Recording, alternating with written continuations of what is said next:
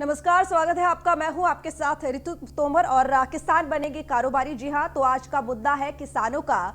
बिल्कुल सही सुना आपने। किसान जो आजकल देश की राजनीति का केंद्र बने हुए हैं, लेकिन बात आज आंदोलन की नहीं बल्कि उत्तर प्रदेश सरकार के उस फैसले की है जिसमें योगी सरकार ने अब किसानों को कारोबारी बनाने का फैसला लिया है। तो पूरी रिपोर्ट देखकर आप समझिए क्या है ये फैसला, फिर लौटकर बड़ी बहस में पूछेंगे वो सवाल जो लाजमी है।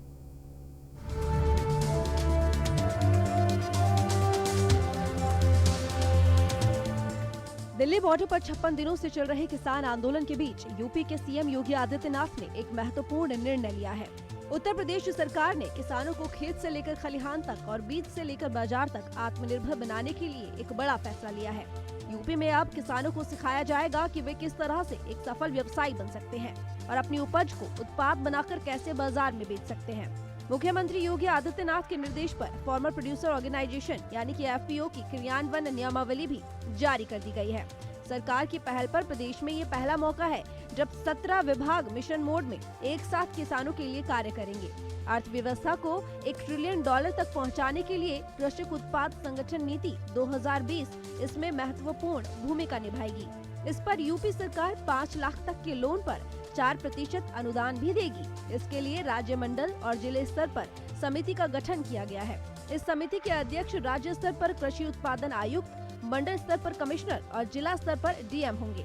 लेकिन सबसे बड़ी बात यह है कि योगी सरकार जिस तरीके से लगातार किसानों के लिए एक के बाद एक फैसले ले रही है, इससे साफ जाहिर है कि प्रदेश सरकार किसानों को मुख्य धारा से जोड़कर उनकी आय 2022 तक ही दोगुनी कर देना चाहती है। जहां एक तरफ पंजाब के किसान कृषि कानूनों को लेकर आंदोलन कर रहे हैं, वहां की सरकार किसानों के आंदोलन को शांत करने की जगह उल्टा उकसाने का काम कर रही है। तो वहीं यूपी में मुख्यमंत्री योगी आदित्यनाथ किसानों को मजबूत करने की कवायद में जुटे हुए हैं। Bureau report, news one India.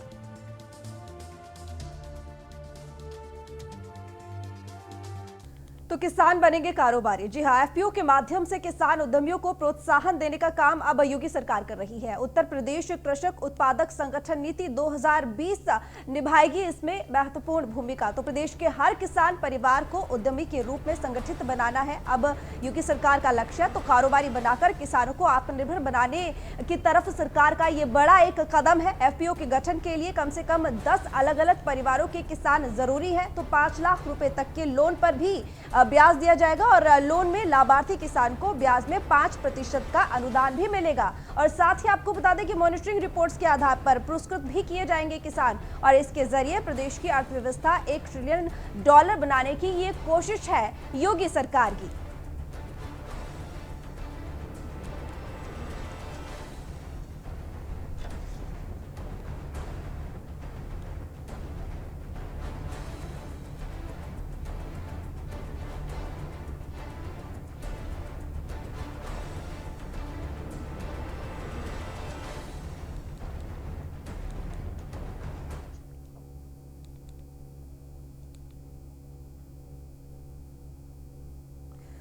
तो चर्चा शुरू करेंगे। इस वक्त हमारा गेस्ट पैनल हमारे साथ जुड़ चुका है। तो फिलहाल इस वक्त हमारे साथ जुड़े हुए हैं मनीष गुप्ता, राज्य मंत्री बीजेपी से। बहुत स्वागत है आपका न्यूज़ वन इंडिया पर मनीष जी। जी नमस्कार जी। इसके साथ ही हमारे साथ वरिष्ठ पत्रकार जुड़े हुए हैं अनिल मिश्रा जी स्टूडियो से। बहुत स्वागत है अनिल जी।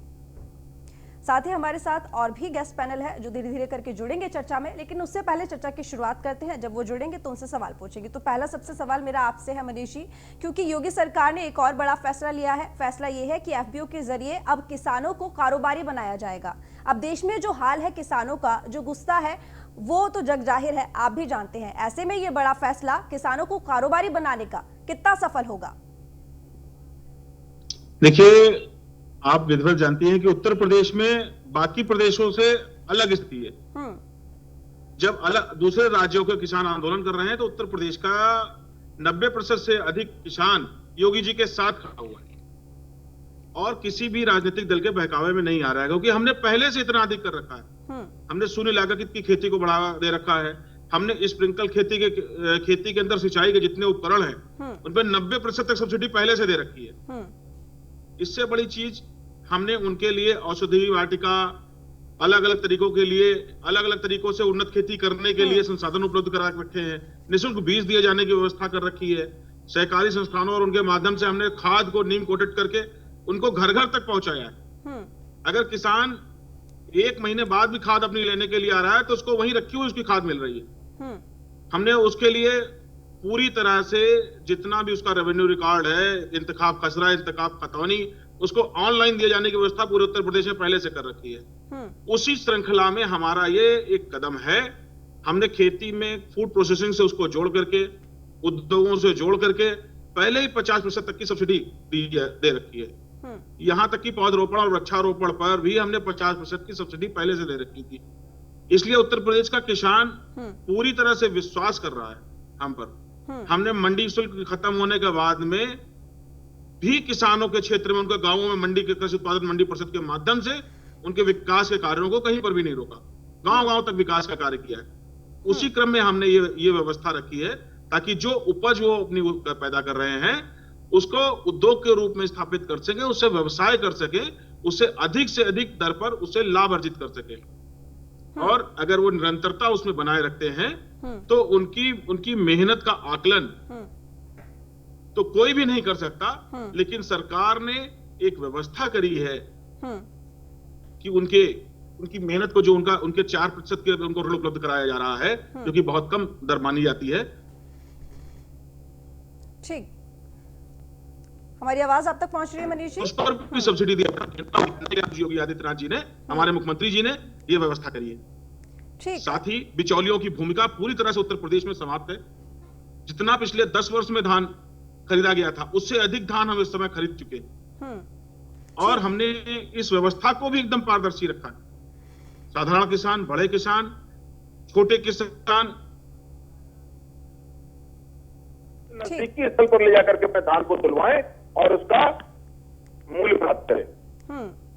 उसी क्रम में हमने किसानों को व्यवसायीकरण की तरफ बढ़ाने के लिए, ताकि उनके परिवार के लोग, उनके नौजवान और गुप्ता जी लौटूंगी आपके पास।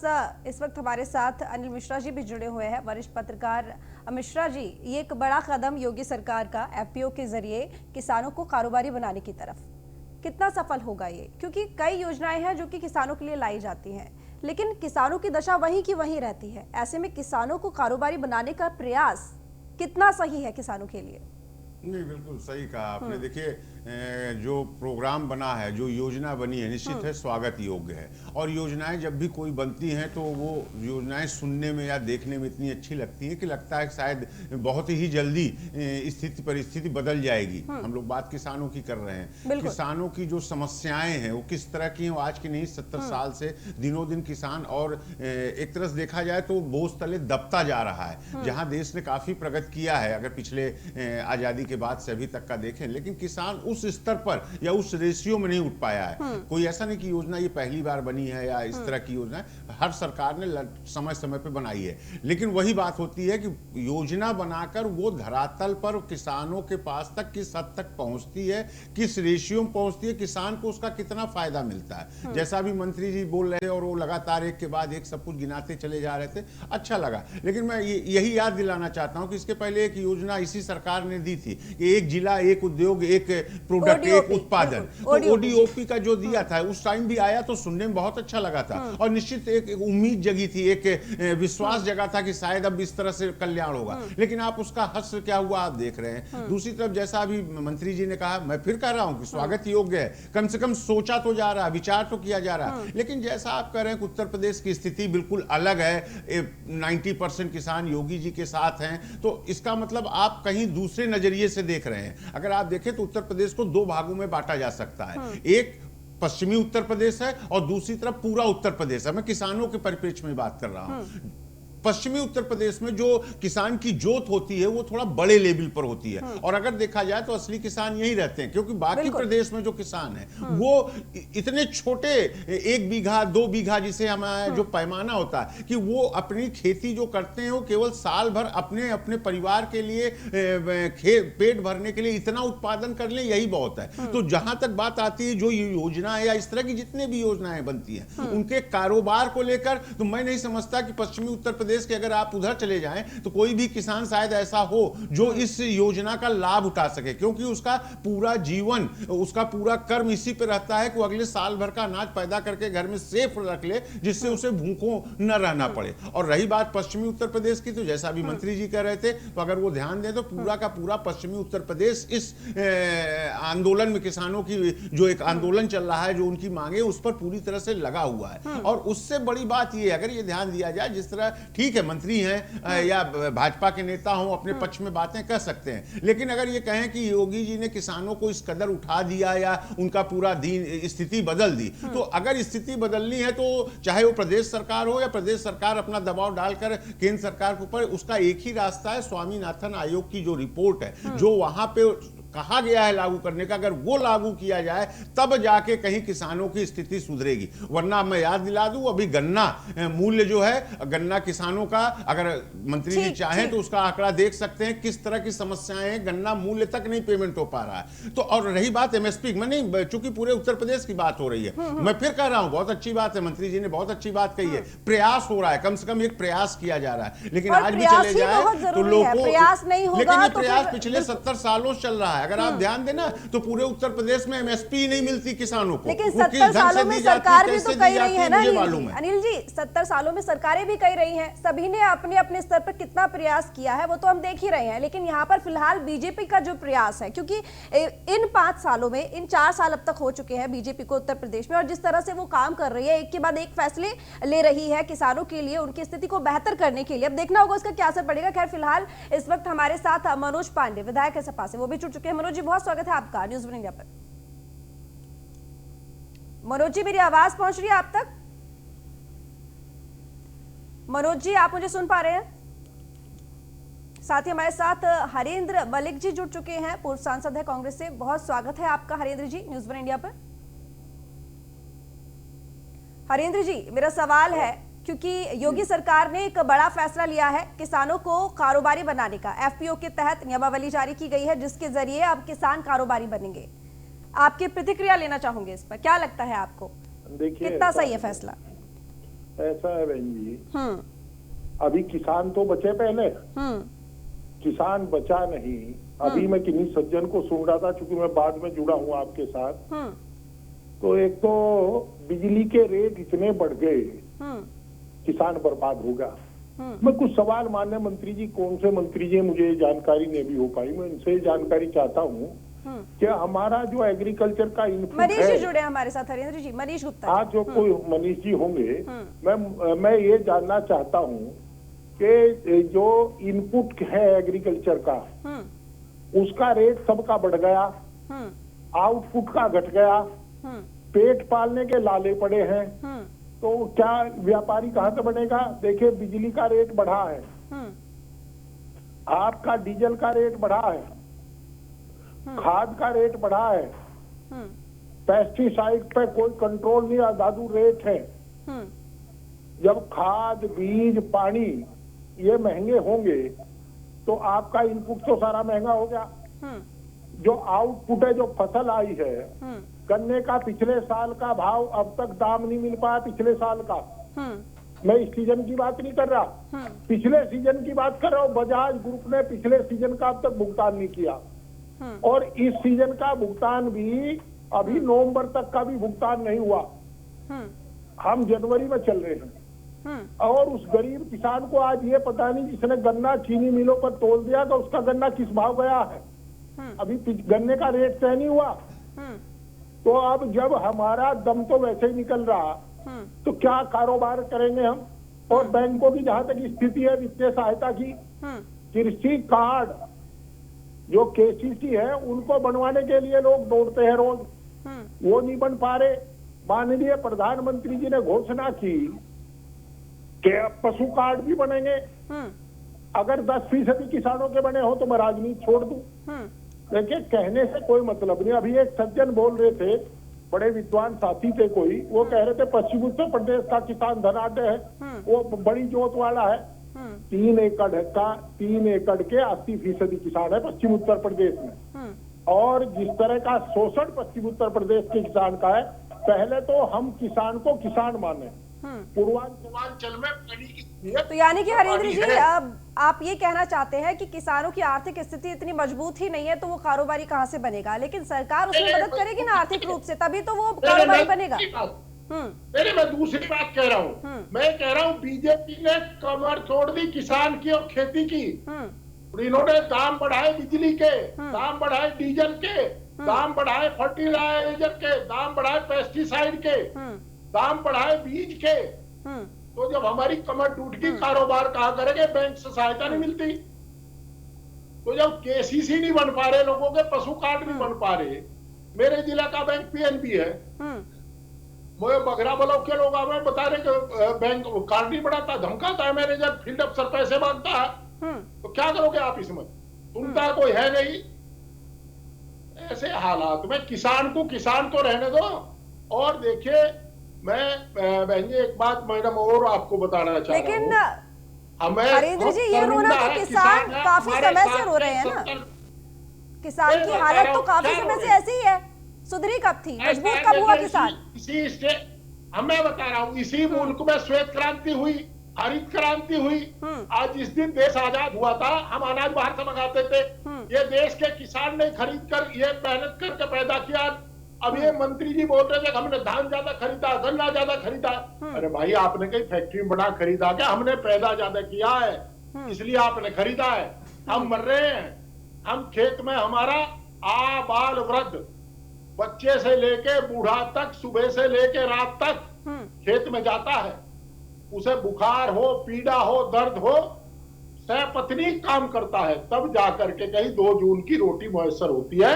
आज हमें तो शर्म इस बात की है कि जो किसान की बात कर रहे हैं, इनसे पूछ लो, इतने दुनिया के सबसे बड़े लोकतंत्र के मुखिया ने 70 के करीब किसानों की शहादत पे एक शब्द कहा था, संवेदना व्यक्त तो हमारे मुल्क में दुश्मन के खिलाफ भी करते हैं। बंद किया है, सबको पैसा सीधे अकाउंट में खाते में जा रहा है। हमारे माननीय प्रधानमंत्री जी ने या उनके जो मित्र हैं या उनके सहपाठी हैं, आदरणीय श्री माननीय गृह मंत्री जी ने एक शब्द संवेदना का किसानों के मामले में नहीं कहा। बताओ इससे क्या हो जाता? जब हम इनकी संवेदनाओं में सम्मिलित नहीं है तो आदरणीय योगी जी आपकी नीयत ठीक हो सकती है, पर आप करेंगे क्या? आपको करने को आप पर ये खिलाफ चलेंगे, आप फिर मुझ में चले जाओगे। ऐसा है, हमें जहाँ थे हम वही रहने दो। मैं क्या कारोबारी बनाओगे? कारोबार तो भरे पहले ही रहे। ठीक है हरेंद्र जी, हमारे साथ सपा विधायक भी जुड़े हुए हैं, उनसे बात कर लेते हैं, उनसे पूछ लेते हैं। शशांक जी माफ कीजिएगा, मनोज जी आपसे जानना चाहूंगी, ये एक फैसला लिया है योगी सरकार ने कारोबारी बनाने का किसानों को। फिलहाल जो देश में स्थिति है उससे आप भी अच्छी तरह से वाकिफ हैं, लेकिन किसानों की स्थिति खराब है, कमजोर है, उसको मजबूत करने के लिए अगर सरकार ने ये कदम लिया है, उसको लेकर आपकी प्रतिक्रिया क्या है और ये कितना सफल होगा? देखिए, फैसले से काम नहीं चलेगा। फैसले में, सुझाव में, निर्णय में काफी अंतर होता है। फैसला सरकार ने पहले भी लिया था 2014 के पार्लियामेंट के चुनाव में। देश के सामने भारतीय जनता पार्टी ने यह वादा किया था कि हम किसानों की आमदनी दोगुनी कर देंगे। देखिए, आपको उसके पहले देश को समझना पड़ेगा। ये देश एक जो एग्रीकल्चर प्रधान देश है, 62.9% लोग एग्रीकल्चर बेस हैं। अगर हम 1982 से लेकर के आज तक देखें तो कृषि में जो सहयोगी चीजें थी उनकी दर आज कितनी बढ़ गई, और गेहूं और धान की क्या कीमत है। अभी हमारे एक साथी कह रहे थे कि हम व्यवसायिक कृषि के रूप में आगे बढ़ाने का काम करेंगे। हमें खुशी है, हम धन्यवाद देंगे उनको। हालांकि ये मुद्दा उत्तर प्रदेश में, जो देश का सबसे बड़ा राज्य है, उसमें आदरणीय अखिलेश यादव जी की नेतृत्व की सरकार, जिसमें मैं एग्रीकल्चर का कैबिनेट मिनिस्टर था, उसमें हम लोगों ने इसको प्रारंभ किया था कि किसी तरीके से भारत के लोगों को हम व्यवसायिक कृषि पर ले आए। लेकिन आज उन लोगों से एक बड़ा सवाल देश कर रहा है, उत्तर प्रदेश कर रहा है कि आपने कहा कि हमने धान और गेहूं, हमने उसकी बहुत बड़ी खरीद कर लिया, लेकिन आज नीचे जो रिपोर्टें आ रही हैं, हम लोग चुने हुए विधायक हैं, 60% आज लघु सीमांत किसान का गेहूं और धान नहीं खरीदा गया। गांव में 1400 रुपए का गेहूं किसान बेचने को मजबूर रहा और 1100 रुपए में उसने धान बेचा। ये मैं नहीं कह रहा हूं, ये उत्तर प्रदेश में गांव-गांव किसान कह रहा है। ठीक है, सपने देखने अच्छी बात है, लेकिन जो सपने पहले आपने देखे थे और दिखाए थे, क्या उस पर अमल करने का और असली दावा पहनाने का काम सरकार ने किया?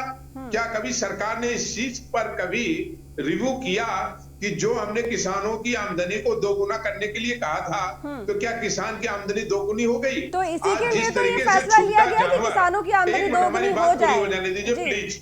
हाँ। आज जिस तरीके से छुट्टा जानवर पूरे प्रदेश के किसानों के ऊपर कहर बरपा रहे हैं, उनकी खेती नहीं बच पा रही है, यूरिया डीएपी का रेट आपने बढ़ा दिया, 5-5 किलो उसमें से कम कर दिया आपने, बिजली की दरों में जिस तरीके से बेतहाशा वृद्धि हुई है, आप ये कह करके आए थे कि गन्ने का भुगतान हम पूरा कर देंगे, आज भी गन्ने का भुगतान नहीं हुआ। गन्ने के भुगतान को छोड़िए, गन्ने के दर में 1 पैसा आपने बढ़ाने का काम नहीं किया, आज तक उसका रेट निर्धारित नहीं है। उत्तर प्रदेश तो देश के किसान आत्महत्या कर रहा है, 60 से अधिक किसान आज इस आंदोलन में आज उनकी जाने जा चुकी हैं। उस समय हम ये बात करेंगे, किसानों को व्यावसायिक कृषि में ले जाएंगे और उसके लिए तमाम काम करेंगे, तो 2014, 2017 और आज जब 2021 है, उत्तर प्रदेश का और देश का किसान जब आत्महत्या कर रहा है, तो इससे हम घोषणा कहेंगे कि इसे हम जुमला कहेंगे। आज देश का और प्रदेश का किसान इस पर प्रश्न चिन्ह लगा रहा है। मनोज जी, देश का किसान, उत्तर प्रदेश का किसान कब आत्महत्या नहीं कर रहा था? देखिए, अगर आप देखें जो आंकड़े हैं, कुछ उन आंकड़ों को ना आप झुटला सकते हैं ना हम झुटला सकते हैं।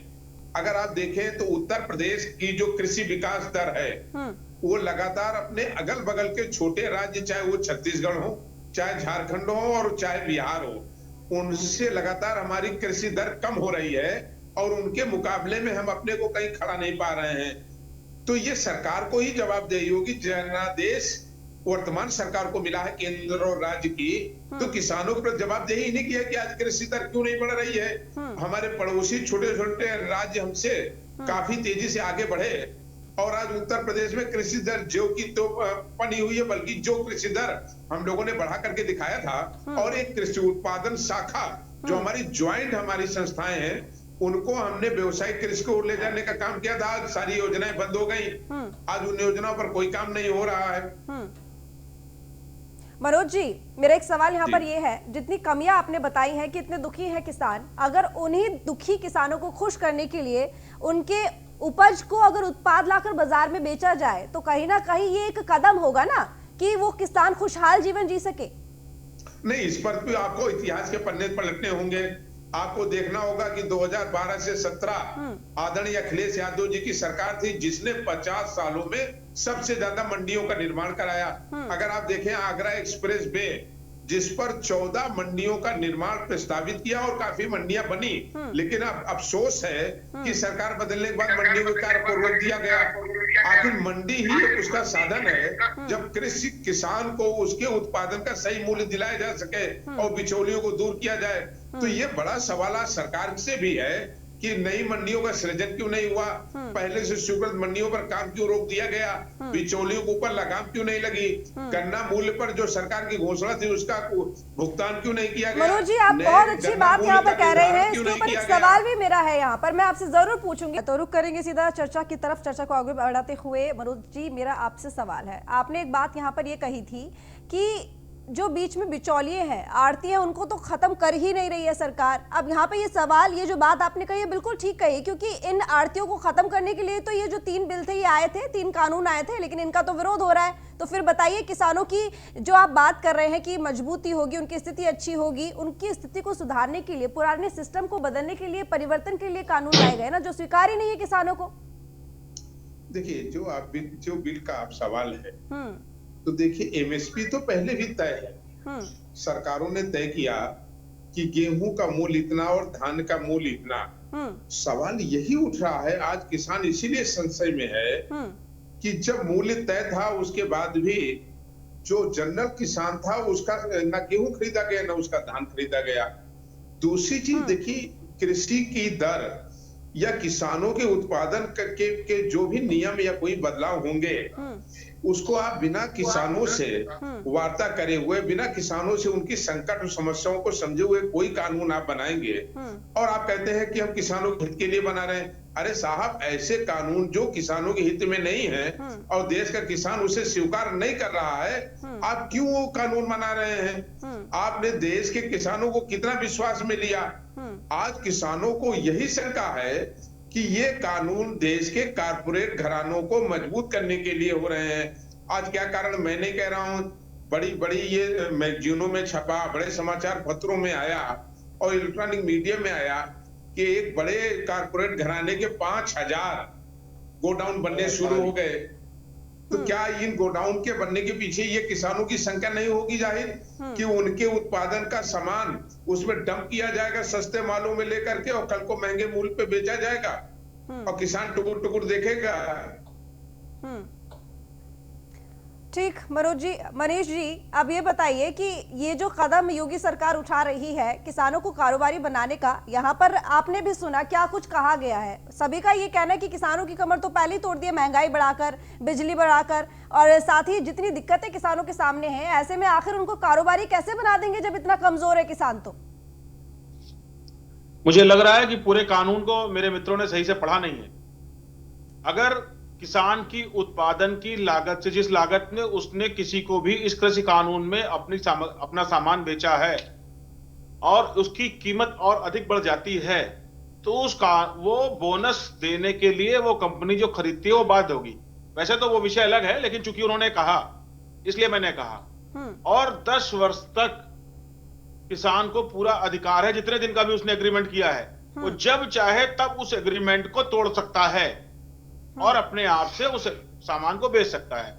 मेरे मित्र अभी जिस बात को मैं बता रहे थे, मैं उनको याद दिलाना चाहता हूं कि कृषि उत्पादन मंडी परिषद की मंडियों के बाहर भी जिस समय काल का उन्होंने जिक्र किया है, उसी समय काल में बाहर के लोगों को उनके लाइसेंसी 1.5% दे करके तब किसानों का माल खरीदने के आदेश उस समय की सरकार ने, हमसे पहले की सरकार ने जारी किए थे।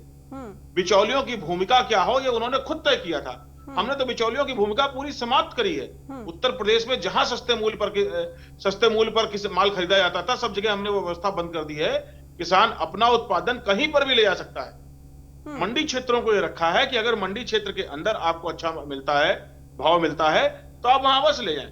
लेकिन अगर मंडी क्षेत्र के अंदर सिर्फ लाइसेंस लेकर के कोई दुकानदार उनका शोषण करना चाहता है कि हम मंडी परिसर के अंदर बैठे हैं और आपको मनीष जी, चलिए ये तो कानून की बात है, लेकिन सबसे बड़ा सवाल यहाँ पर ये है कि अगर किसान आर्थिक रूप से कमजोर है तो उसकी उपज ज्यादा होगी कैसे? अगर उपज ही कम होगी तो आखिर वो उसको उत्पाद बनाएगा कैसे? अगर किसान को अपनी उपज बढ़ानी है तो उसको पानी की जरूरत है, पानी के लिए बिजली तो महंगी है, ट्रैक्टर की खरीद खाद नहीं है, 50% की सब्सिडी, बीजों पर सब्सिडी, उसकी खेत पर सब्सिडी, उसकी दवाइयों पर सब्सिडी, ये सारी सुविधाएं तो हम उनको दे रहे हैं। इसीलिए तो हम उनको मजबूत करने के लिए प्रयासरत हैं कि जो अब तक 73 सालों में लोग नहीं कर सकते, 70 सालों में नहीं कर सके, वही करने के लिए हमने ये कदम बढ़ाया है। मनीष जी, लोगों को ये डर है कि हम चाह करके भी इसको नहीं कर सके, और हमने करके दिखाया है और इसका परिणाम तो आने वाले समय में दिखाई देगा। अभी मनीष जी, गन्नों के भुगतान को लेकर तो समय पर भुगतान हो नहीं पाता है और धान केंद्रों पर जाकर धान नहीं बिकता है, तो फिर बताइए जरा कि कैसे जाकर कारोबारी बनाएंगे आप किसानों को?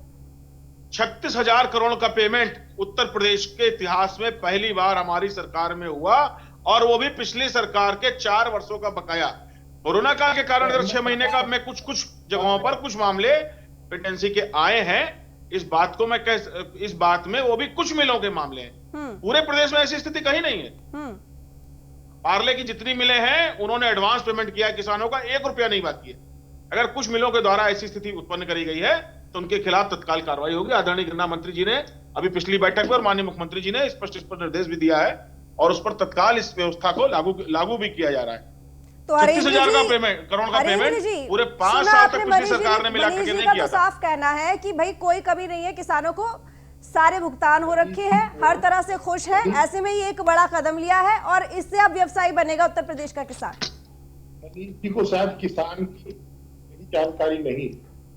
मैं खुद किसान हूँ, मैं खुद किसान हूँ भाई, बेहतर रूप से किसान हूँ। आप सुन लीजिए, पहले आप सुन लीजिए, आपको जानकारी नहीं है।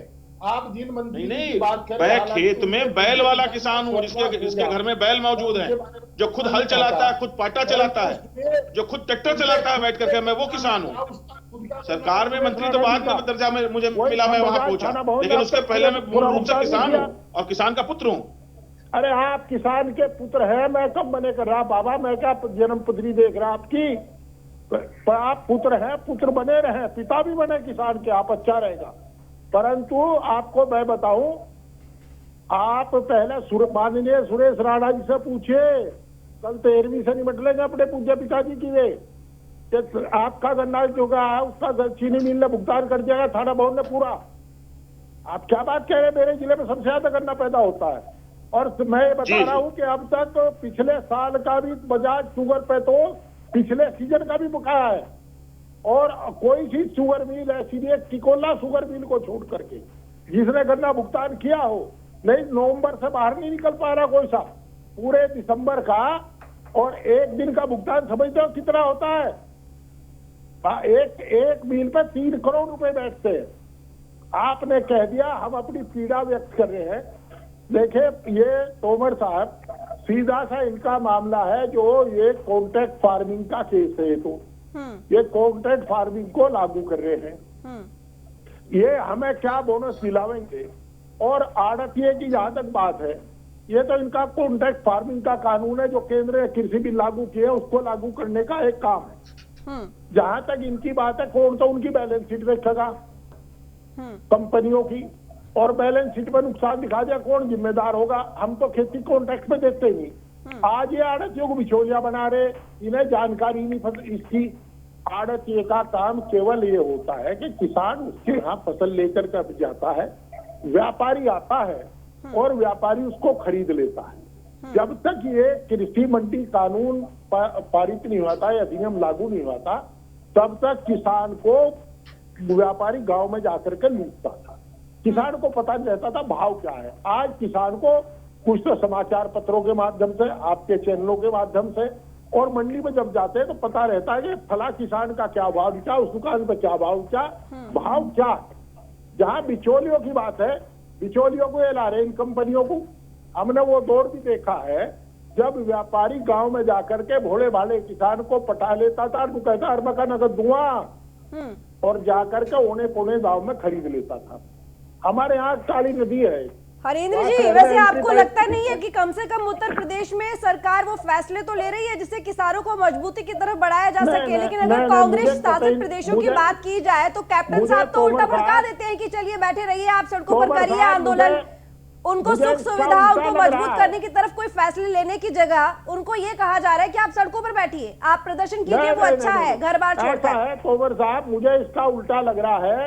ये केवल कारपोरेट घरानों को कॉन्ट्रैक्ट फार्मिंग कराने के लिए ये कानून लागू किया गया। अंबानी तो पहले कह चुके हैं हमारा कोई आगे मोटो नहीं है कि हम किसान खेती में उतरे या हमें किसान बनना है। तो फिर आखिर कौन से कॉर्पोरेट घरानों को ये फायदा पहुंचाने के लिए किया जा रहा है? ये सारे कॉर्पोरेट घराने, आपको पता है आलू, जब मेरा किसान का आलू बिकता है तो 1 रुपया किलो, 2 रुपया किलो, 50 पैसे किलो बिकता है। जब वो चिप्स के पैकेट में घस जाता है तब क्या बिकता है? आज गेहूं 15 रुपए किलो है बाजार में, और जब मैं पतंजलि का आटा खरीदने जाता हूँ वो आटा 37 रुपए किलो है। और गुड़, आज कोल्लू में गुड़ 28 रुपए किलो बिकता है, मंडी में हमारे यहाँ 26 से 28 रुपए किलो।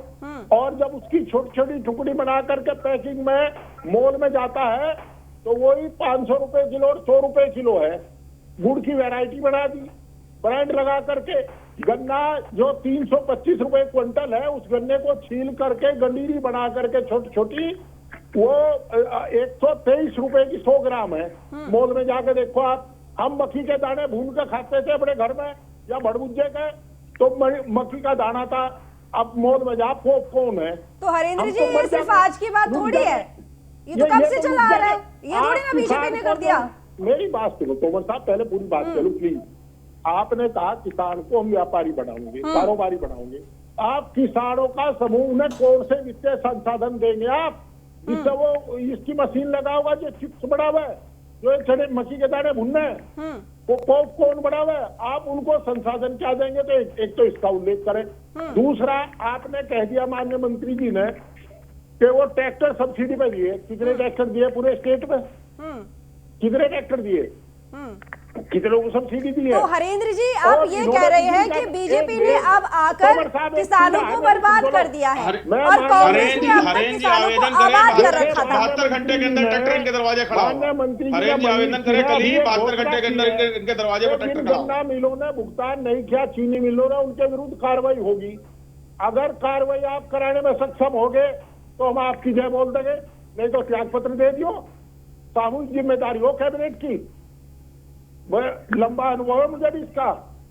सामूहिक जिम्मेदारी हो, अगर आप मिलों के खिलाफ कार्रवाई ना कर पाए तो आप त्याग पत्र दे दियो, और कार्रवाई आपने कर दी तो हम आपकी जय बोल देंगे। धन्यवाद। और देखिए हरेंद्र जी अब आप मेरा सवाल भी सुन लीजिए। चलिए आप तो बोल ही रहे हैं बहुत देर से, अब जरा मेरा सवाल भी सुन लीजिए। हरेंद्र जी सुनिए, अब आपने जितनी भी बातें, जितनी भी समस्याएं बता दी हैं किसानों की, आप ऐसा लग रहा है कि आप ये बोल रहे हैं कि इन्हीं 4-5 सालों में जब से केंद्र में सरकार है, जितना भी टाइम हो गया है उनको, और अब जब से ये बीजेपी की सरकार उत्तर प्रदेश में है तभी से ही किसानों की दशा बिगड़ गई है और ये सारे काम तभी से हो रहे हैं। इससे पहले तो किसान बहुत खुश थे, तो फिर कांग्रेस क्यों हट गई? कांग्रेस क्यों सत्ता में दोबारा नहीं आई? किसान अगर इतने खुश थे तो? तोमर साहब, किसान पहले भी बहुत खुश नहीं था, परंतु बिजली के दाम इन्होंने बढ़ाए हैं, सबसे ज्यादा दाम इन्होंने बढ़ाए। खाद के कट्टे का वजन इन्होंने घटाया, खाद के दाम इन्होंने बढ़ाए, पेस्टिसाइड्स को डिकंट्रोल इन्होंने किया। आज कोई क्या चीज होती है इसकी लूट मच रही है, किसान बर्बाद हो रहा है। और देखिए 28% जीएसटी है ट्रैक्टर पे, 28% जीएसटी इन्होंने लागू की है, इतना टैक्स ट्रैक्टर पे, और उस पर जो किसान के काम आता है। और एक नया कानून और आ रहा है, अब नया कानून आ रहा है, अगर जो ट्रैक्टर कीमत 1.5 लाख रुपए 2024 में सब ट्रैक्टरों पर लागू हो जाएगा, 50 पावर से ऊपर को हो गया, 1 से 1.5 लाख रुपए कीमत बढ़ेगी। उसमें केवल इन्होंने कहा कि नई टेक्नोलॉजी आएगी जो धुआं नहीं देगा, और उसमें टेक्नोलॉजी के नाम पर 1.5 लाख रुपए हर ट्रैक्टर की कीमत बढ़ेगी। हम ये कह रहे हैं कि आदरणीय योगी जी, आप किसान को जो सुविधा दे रहे हैं, जो माननीय प्रधानमंत्री जी ने आपने घोषणा की, पहले उसे लागू करवा दो। कम से कम हरेंद्र जी यहाँ इतना तो हो रहा है, राहुल गांधी साहब ने तो ये कह दिया था ऐसी मशीन लाएंगे, आलू डालेंगे सोना निकलेगा। आप बताइए। अब आपने सुना होगा, हमने सुना नहीं। अरे नहीं बताइए आप जरा, ऐसी मशीन आलू डालेंगे सोना निकलेगा, वो ला सकती है कांग्रेस? नहीं, मतलब जो कदम उठाए सरकार, जो कदम उठाए किसानों की मजबूती के लिए, वो भी स्वीकार नहीं। आप कांग्रेस की श्वेत क्रांति भूल गए, हरित क्रांति भूल गए। हरित क्रांति भी कांग्रेस लाई थी इस मुल्क में, श्वेत क्रांति भी कांग्रेस कौन जगह अनाज बाहर से लाया करते थे। अब जो अच्छी बात है उसको भी अप्रिशिएट करो। नहीं, अच्छी बात को तो हम अप्रिशिएट कर ही रहे हैं, लेकिन अच्छी बातों के बाद किसान की हालत तो वहीं की वहीं है ना। अब अच्छी बातों को हम आज अप्रिशिएट करने के लिए ये चर्चा भी तो कर रहे हैं, हम पूछ ही तो रहे हैं कि आखिर इस कदम से कितना फायदा। धन्यवाद है कि आपने चर्चा की। मैंने कह रहा माननीय मंत्री जी से 2 अनुरोध है मेरे, कि एक तो बिजली के जो रेट बढ़े हैं, जो पिछली सरकारों के टाइम, जो कांग्रेस सरकार के टाइम में थे, वे करवा दो, और जो जीएस टैक्स ट्रैक्टरों पर कांग्रेस के टाइम में था वो करवा दो, जो खाद का कट्टे का वजन कांग्रेस के टाइम में था वो करवा दो, जो रेट खाद के थे वो करवा दो, कच्चे तेल और डीजल का रेट का तुलनात्मक हिसाब लगा के जो कांग्रेस के राज में रेट था वो करवा दो डीजल का।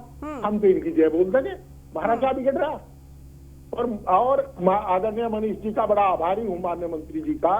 कौन मंत्री है, कौन विभाग के, ये तो मैं नहीं जानता, पर मैं इनका बड़ा आभारी हूँ। उन्होंने एक घोषणा की है, आज मैं साधुवाद देता हूँ और भगवान से प्रार्थना करता हूँ कैबिनेट मिनिस्टर बने, डिप्टी चीफ मिनिस्टर बने। इन्होंने कहा जो चीनी मिल भुगतान नहीं करे उनके खिलाफ कार्रवाई की जाएगी, और बराए करम श्यामलियर मुजफ्फरनगर शुरू कर दो, पहले बजाज वाले को जेल भेजो, फिर इन्हें सारो करो काम। हम आपके बड़े बहुत ठीक, हरेंद्र जी धन्यवाद। लौटूंगी आपके पास। शशांक यादव एमएलसी सपा से हमारे साथ जुड़े हुए। शशांक जी, सबसे पहले आपका स्वागत करूंगी चर्चा में। और शशांक जी, आपको चर्चा का विषय बता देती हूँ मैं एक बार फिर से आपको यहाँ पर, कि अब किसानों को कारोबारी बनाने के लिए सरकार एक कदम उठा रही है यहाँ पर, और एफपीओ के जरिए वो एक गठन करेगी किसानों का, यानी कि कम से कम 10 से 11 परिवार के किसान मिलकर अपनी उपज को उत्पाद के रूप में बाजार में बेच पाएंगे। ये अब एक बड़ा कदम है योगी सरकार का। मैं आपसे पूछना चाहूंगी, क्योंकि जिस तरीके से ये सरकार कह रही है बार बार कि 2022 तक किसानों की आय दोगुनी कर देगी, उसी दिशा में एक ये बड़ा कदम उठाया है। आपकी प्रतिक्रिया क्या है? आपको लगता है कि ये फायदेमंद होगा किसानों के लिए? ये तब तक फायदेमंद नहीं होगा जब तक गवर्नमेंट इन एफपीओस के थ्रू जो भी प्रोडक्शन होगा उसकी खरीद की कोई व्यवस्था गारंटी नहीं करेगी। इन एफपीओ ये आज का नया कंसेप्ट नहीं है, ये 2013 से चल रहा है। और आपकी जानकारी के लिए बता दूं कि जो जानकार लोग हैं हमारे जिला खीरी में ही 10-12 एफपीओ रजिस्टर हो चुके हैं और वो सभी सत्ता प्रतिष्ठान से जुड़े हुए लोग हैं। इसकी भी हालत वैसी है जैसे स्वयं सहायता समूह को अगर ग्राउंड रियलिटी पे आप देखें कि कितना बढ़िया कंसेप्ट है स्वयं सहायता समूह का, लेकिन बहुमत वहां पर उन लोगों का है जो सत्ता से जुड़े होते हैं, सरकार चाहे किसी की हो। तो इसमें बहुत अच्छी ये योजना है, कंसेप्ट बहुत अच्छा है, लेकिन जब तक अब फार्म प्रोड्यूस और जो ये एफपीओ बनेगा और जो भी माल वो बनाएगा, अगर उस माल को बाजार के हवाले कर दिया तो किसान फिर परेशान हो जाएगा।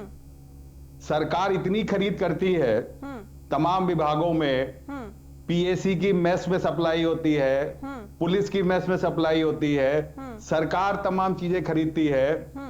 पूरी दुनिया में किसानों को मजबूत करने के लिए गवर्नमेंट एक पर्टिकुलर परसेंटेज तय करती है कि जो खरीद हम करेंगे वो कम से कम 20% इसमें से हम इस तरह के जो मार्जिनलाइज्ड लोग हैं उनसे खरीदेंगे। मेरी जानकारी में जो भी पॉलिसी आई है, माननीय मंत्री जी यहाँ बैठे हुए हैं, मैं पूरी तरह से उससे पढ़ भी नहीं पाया हूं। अगर ऐसी कोई व्यवस्था है तब इस पर देखना चाहिए। अगर खरीद जो माल बिकेगा जो बनेगा, अगर उसकी खरीद की व्यवस्था नहीं हो पाई तो किसान फिर परेशान हो जाएगा। और इसमें एक चीज और बता दूं आपको, एफपीओ में जो रॉ प्रोड्यूस है वो तो टैक्सेबल नहीं होगा, एग्रीकल्चर प्रोड्यूस माना जाएगा। लेकिन अगर किसानों ने लाही का तेल बनाया तो वो इनकम टैक्स की लिमिट में आ जाएगा। तो ये कुछ ऐसी टेक्निकल बातें हैं जिसको सरकार को बहुत ही एक गार्जियन की तरह से काम करना पड़ेगा, वरना ये फिर बाजार के हाथ में किसान परेशान होगा। तो यानी कि शशांक जी आप कह रहे हैं कि अच्छी पॉलिसी है और अच्छा फैसला है, अगर ठीक तरीके से क्रियान्वयन होता है इसका तो किसानों को लाभ हो सकता है। जी, क्योंकि ये 2013 से चल रहा है, आज का नहीं है। एफपीओ का कंसेप्ट बहुत पहले से चला रहा है, पॉलिसी इसकी बनते बनते टाइम लगता है, हम भी मानते हैं लेजिस्लेशन में समय लगता है। लेकिन जो सबसे इसमें जो कमी मुझे दिखाई दे रही है, एक तो फार्म प्रोड्यूस पे इनकम टैक्स है और दूसरा इसमें यह है कि जो माल बनेगा उसकी खरीद की कोई गारंटी अभी तक सरकार की तरफ से नहीं है। इसमें किसानों को माल बेचने में दिक्कत आएगी, ये मेरा कहना है। ठीक, अनिल जी अब मेरा सवाल आपसे है, ये जो तमाम बातें कही गई हैं शशांक जी की तरफ से, मैं आपसे पूछनी चाहूंगी कि जमीनी तौर पर अगर देखें तो वाकई में क्या किसान इससे आगे जाके खुशहाल जीवन जी पाएगा? नहीं, देखिए फिर वही बात आती है कि योजना आई, सुनने में बहुत अच्छा लग रहा है, स्वागत योग्य है, लेकिन मैं फिर अपने बैक उस पे जाऊंगा कि मैं ओडीओपी आया हुआ था, हो गए मेरे ख्याल से 2.5-3 साल हो गए उस योजना को लाया, और जिस वक्त लाया गया इसी तरह की बातें उसका भी अगर देखें तो योजना यही थी कि एक जिले का एक उत्पाद तैयार होगा। जरा बीच में रोकूंगी, अपने इस सवाल में एक बात और ऐड करूंगी मैं, क्योंकि जिस तरीके से हरेंद्र जी ने भी कई परेशानियां बताई हैं किसानों की, उन परेशानियों को देखते हुए भी जरा जवाब दीजिएगा कि ये जो फैसला है क्या इससे वाकई में किसानों को लाभ होगा या किसी तरह की परेशानियां इस फैसले के सामने आके खड़ी हो जाएंगी? नहीं, ऐसा कोई परेशानी हल होने का कोई भविष्य में ऐसा कोई रास्ता नहीं दिखता। उसका बहुत उदाहरण मैं दे रहा हूं। देखिए, किसानों की अपनी एक समस्याएं, जैसा हरेंद्र मलिक जी अभी बोल रहे थे तो शायद वो मेरी पूरी बात सुन नहीं पाए थे, तो मैंने उत्तर प्रदेश के परिप्रेक्ष्य में कहा था मलिक साहब, मैंने निशा बोल रहा हूं, पत्रकार शायद आप पहचान लें कि उत्तर प्रदेश में 2 भाग है, एक पश्चिमी उत्तर प्रदेश है, एक बाकी उत्तर प्रदेश है। तो वहां जो खेत की जोत है उसमें जमीन आसमान का अंतर है। अगर मलिक जी कह रहे थे 3 एकड़ का 80% लोग हैं, तो वहां 3 एकड़ में शायद 3% लोग नहीं होंगे, बाकी प्रदेश में जो खेती का एक कल्चर है। तो एक तो ये डिफरेंस है, मैं इस चीज को बताना चाह रहा था। दूसरा, मैं एक बहुत छोटा सा उदाहरण देता हूं। जब ओडीओपी लाया गया तो वो भी कारोबार से ही रिलेटेड था, किसानों को ही उठाने का उसमें मेन मकसद था। प्रतापगढ़ एक डिस्ट्रिक्ट है, प्रतापगढ़ में आंवला प्रोडक्ट होता है, पूरे विश्व में, पूरे भारत में फेमस हुए हैं, और कितनी प्रकार की कितनी योजनाएं बन चुकी उस आंवला के उत्पादन को या उसके प्रोडक्ट को आगे ले जाने के लिए, लेकिन आज रिजल्ट क्या है? वही जीरो। उसी तरह मैं ओडीओपी कहूंगा कि हर जिले का हर एक कोई प्रोडक्ट की बात की गई थी, लेकिन रिजल्ट क्या है? जीरो। उसका कारण है, मैं फिर वहीं पर आ रहा हूं कि किसानों की जो उत्तर प्रदेश के किसानों के परिप्रेक्ष्य में अगर बात करते हैं तो ये बिल्कुल सच है कि उनकी जो मूलभूत आवश्यकताएं हैं, उस मूलभूत आवश्यकताओं में जब तक बढ़ोतरी नहीं की जाएगी, और उसके बाद जैसा कारोबारी बनाने की बात की जा रही है, तो वो कारोबारी अगर बनाएंगे तो उनके लिए क्या क्या सुविधाएं उनको दी जाएंगी, और अगर वो किसी प्रकार का अपने खेती से या किसी प्रकार का प्रोडक्ट तैयार करता है तो वो मार्केट में कहां बेचेगा, कितने में बेचेगा, नहीं बिकता है तो उसको सेव कहां करेगा, इस चीज की क्या गारंटी है? उसका कारण है, कारण यह है कि सबसे पहले जो किसान डिपेंडेंट है वो बिजली, डीजल, इन दो चीजों पे उसका है, क्योंकि सिंचाई व्यवस्था उत्तर प्रदेश में आज भी बहुत माकूल उस स्थिति में नहीं है। तो या तो वो बिजली आती है तो उसके ट्यूबवेल या पंपिंग सेट के थ्रू करता है, अदरवाइज डीजल से वो पंपिंग सेट चला लेता है। लेकिन आज इन दोनों की स्थिति क्या है ये देखने लायक है। जहां पहले 2 रुपए खर्च होता था वहां आज उसके 5 गुना ज्यादा खर्च हो रहा है। तो कमर यहां टूट रही है, खाद से लेकर लेबर चार्ज से लेकर जो बढ़ा है वो बढ़ा ही है। तो अब किसान के सामने समस्या ये है कि वो पैदावार भी करे, अपने साल भर को सुरक्षित भी करे, उसके बाद अगर कोई चीज उसके पास बचती है तो वो कहां ले जाके बेचे, अगर नहीं बिकती है तो उसको रखा कहा जाए। और मुझे लगता है शायद सरकार की भी सबसे बड़ी यही समस्या है। मुझे लगता है संरक्षण की जो एक सुविधा होनी चाहिए थी प्रदेश में, मैं इस गवर्नमेंट पर आरोप नहीं लगा रहा हूं, लेकिन इसके पहले की भी गवर्नमेंट है और इस गवर्नमेंट ने भी उस विशेष स्तर पर ध्यान नहीं दिया कि अगर कोल्ड स्टोरेज या जो भी प्रोडक्ट तैयार होता है उनको रखना, उनकी पैकिंग, उनकी पैकेजिंग, या उनको अगर आप एक स्टेट से दूसरे स्टेट में डालते हैं, या आप ये कहें कि हम उसको निर्यात भी करना चाहते हैं। उत्तर प्रदेश में कई ऐसे फल हैं, कई ऐसी उत्पादन होते हैं कई खेती में कि जिसकी बाहर बहुत डिमांड है, लेकिन वो किसान अपने ही खेत में उगा रहा है और यानी उसमें कहीं बेच रहा है। इन समस्याओं का हल निकालना बहुत जरूरी है। समस्याएं बहुत है क्योंकि योजनाएं बहुत लागू होती है, लेकिन क्योंकि कमी पेशी रह जाती है, संरक्षण नहीं हो पाता किसानों को, इस वजह से किसानों की स्थिति वहीं की वहीं रह जाती है।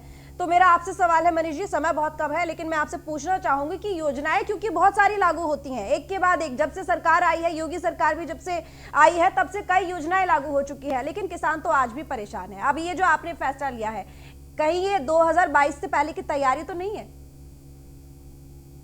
चर्चा और जितने विषयों पर सब मेरे मित्रों ने जिज्ञासा करी है, मैं स्पष्ट कर दूं, उत्तर प्रदेश में कोल्ड स्टोर की स्थापना के लिए 35% की सब्सिडी प्रथम वर्ष, 2 वर्ष के पश्चात उसमें 15% की सब्सिडी की प्रदान करी जा रही है। जो भी लोग देंगे उनके अकाउंट में सीधे ट्रांसफर किया जाएगा, जितने भी लगना चाहे। पूरे 1 साल से हम लोग ये योजना चला रहे हैं। 10 साल तक बिजली का सरचार्ज पूरी तरह समाप्त किया गया है। 1 रुपए की बिजली की यूनिट सस्ती कर दी गई है और उससे मंडी क्षेत्र घोषित कर दिया गया है कि अगर वो अपने यहाँ ही बाजार बनाता है कोल्ड स्टोर में, तो उनको भी वहां पर तत्काल मंडी से लेने की व्यवस्था, उनको विकास करने की सुविधा दी गई है। हमने कोल्ड चेन को बनाने के लिए भी इसी तरह से प्रोसीजर किया है। फ्रूट प्रोसेसिंग के क्षेत्र में अगर खेतों के अंदर वो अपने उत्पादन की कोई चीज बनाना चाहते हैं तो 70% तक की सब्सिडी का प्रावधान उत्तर प्रदेश में खाद्य संस्करण उद्यान द्वारा किया गया। 35% भारत सरकार की सब्सिडी है और 35% उत्तर प्रदेश सरकार की सब्सिडी है। इन दोनों सब्सिडी के मिलने के बाद अगर आम, आंवला, मुरब्बा, जिन चीजों की भी बात आज हो रही है, इन सारी चीजों के अगर जिस परिक्षेत्र में उसका उत्पादन बड़ी संख्या में होता है वहां उसे संबंधित रजिस्ट्री लगाई जाएगी। तो पहले तो सब्सिडी 70% की सब्सिडी कितनी बड़ी सब्सिडी होती है ये आप खुद समझ सकती है। इसके अतिरिक्त हमने उसमें 10 साल तक बिजली का सरचार्ज उससे भी पूरी तरह से समाप्त किया है। उससे 1 रुपए यूनिट बिजली सस्ती देने का प्रावधान किया है ताकि वहां के ही किसान को उससे लाभ मिल सके और वहां के नौजवानों को रोजगार मिल सके। इसके अतिरिक्त हमने एक और प्रयास किया है जो अभी उसके लिए पिछले 1 वर्ष से लगातार लोगों को। चलिए ठीक है मनीष जी, अब चर्चा का समय समाप्त हो गया है। बहुत धन्यवाद आप सभी का न्यूज़1 इंडिया के साथ जुड़ने के लिए। फैसला लिया गया है, फैसले बहुत लिए जाते हैं, योजनाएं बहुत लाई जाती है, लेकिन सबसे बड़ी बात यह कि योजना आने के बाद उसका कितना फायदा किसानों को हो पाता है ये तो वक्त ही बताएगा। फिलहाल इस चर्चा में इतना ही। मुझे दीजिए इजाजत, नमस्कार।